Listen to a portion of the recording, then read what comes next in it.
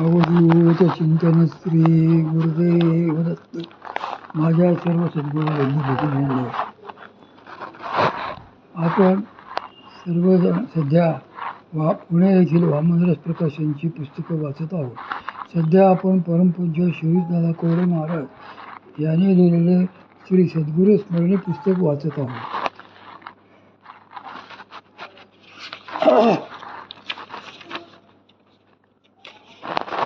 काल आपण अजन्मा पुन्हा जन्मला ते पाहिलं. आज विराड परत नसरापूरला.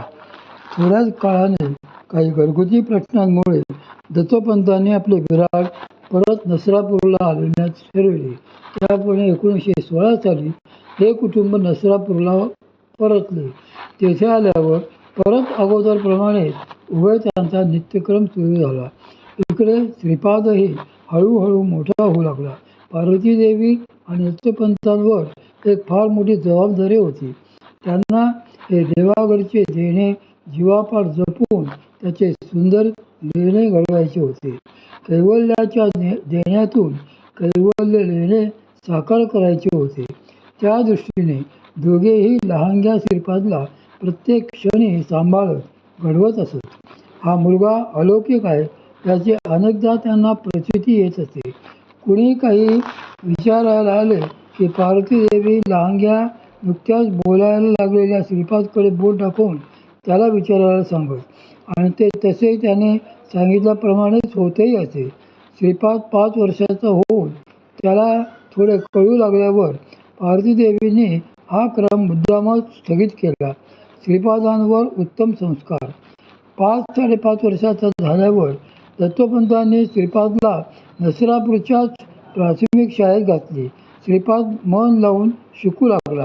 जात्याच हुशार, कुशाग्र बुद्धीचा हा मुलगा भराभरा प्रगती करू लागला. श्रीपाद नवसायासाने झालेला असला तरी घरी आईवडील त्याचे फाजील लाड मुळीच करत नसत. घरातल्या शिस्तीतून त्यालाही सुटका नसे.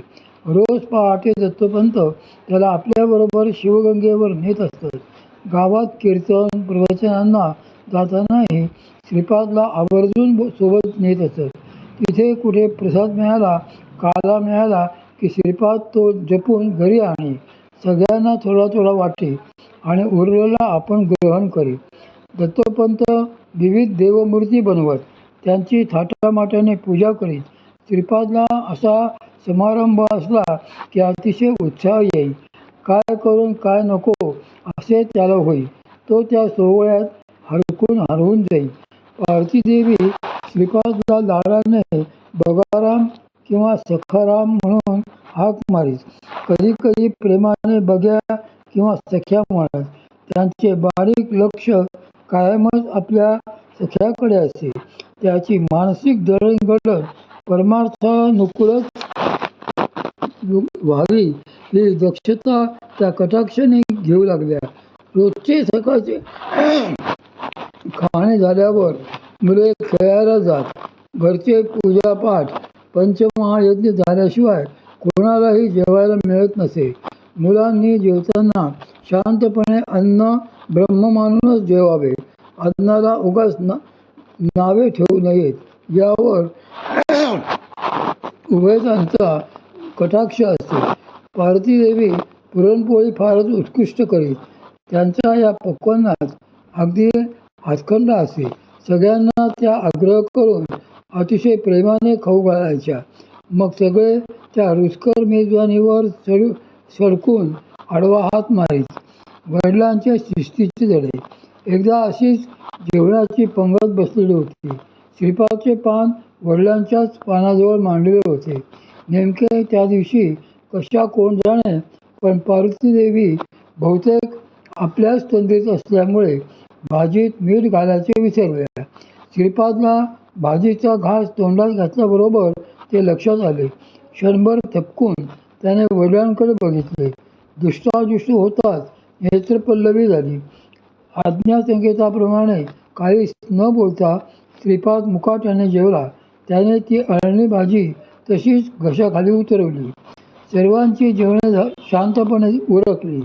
नित्यनियमाप्रमाणे देवदर्शन करून परतल्यावर पार्वती देवी जेवायला बसल्या. भाजीचा घास मुखात घेताच त्यांच्या लक्षात चोर प्रकार आला.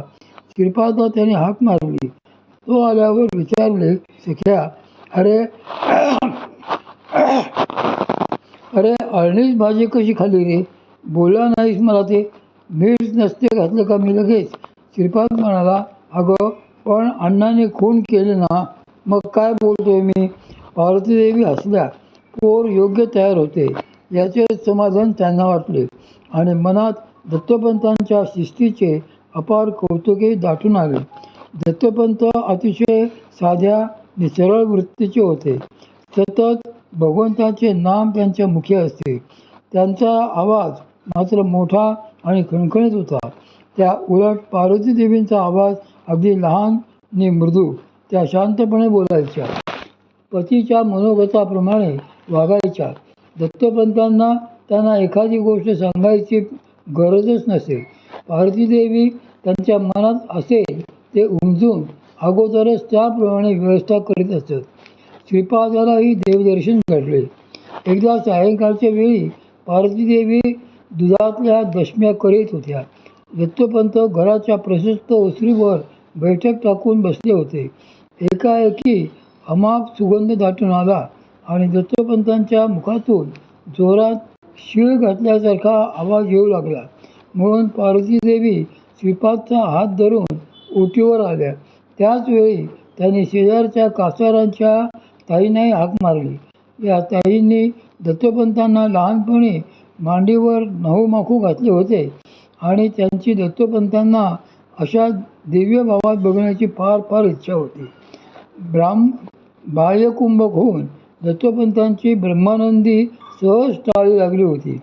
ते एकटक समोर बघून ओठातल्या ओठात कुणाशी तरी बोलत होते.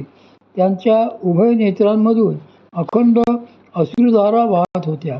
त्यांच्यासमोर झगझगीत तेजस्वी दैदिप्यमान प्रकाशकृती प्रगटलेली दिसत होती. श्रीपादने बालसुलभ कुतूहलाने विचारले, ए आई, सांग ना, अण्णा कुणाशी बोलत आहेत? त्यांच्यासमोर तो प्रकाश कसला आहे? पार्वतीदेवींनी त्याला गप्प बस म्हणून खून केली आणि त्याला घेऊन स्वयंपाकघरात परतल्या.